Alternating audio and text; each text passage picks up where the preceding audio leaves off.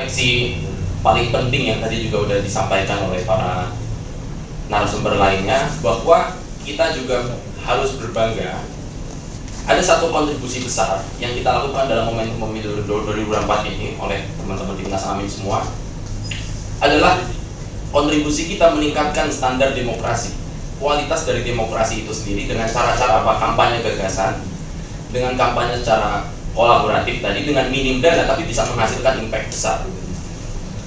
Kita membayangkan bukan hanya tadi misalnya disebut ada desak Anies, ada town hall dan sebagainya, tapi juga bagaimana gagasan perubahan itu bisa menyebar secara, kalau bahasa Jawanya itu getok tular ya, secara menyebar satu persatu, akhirnya menyadarkan masyarakat bahwa ketika memilih pemimpin yang kita pilih bukan hanya sekadar uangnya ya, bukan hanya sekadar popularitasnya, tapi lebih dari itu.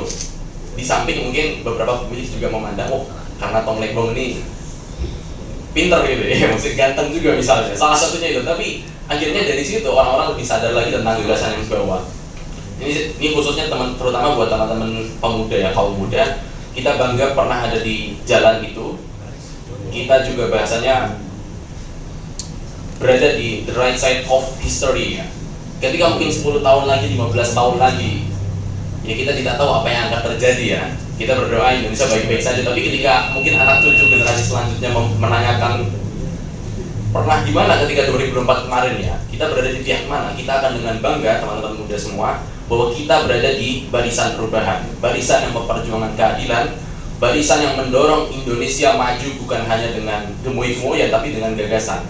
Indonesia yang maju bukan hanya karena ikut kata Bapak, tapi karena memberikan dampak. Kita rasa spirit-spirit itu yang harus kita teruskan teman-teman semua. Dan sekali lagi, Amin Muda, gerakan-gerakan kita belum punah. Kita akan terus di jalan perubahan. Kita akan terus dengan cara apapun ya mengawal gerakan demokrasi, mengawal kebijakan yang pro lingkungan, dan semua mendorong promosi nilai-nilai keadilan sosial untuk semua. Mungkin itu yang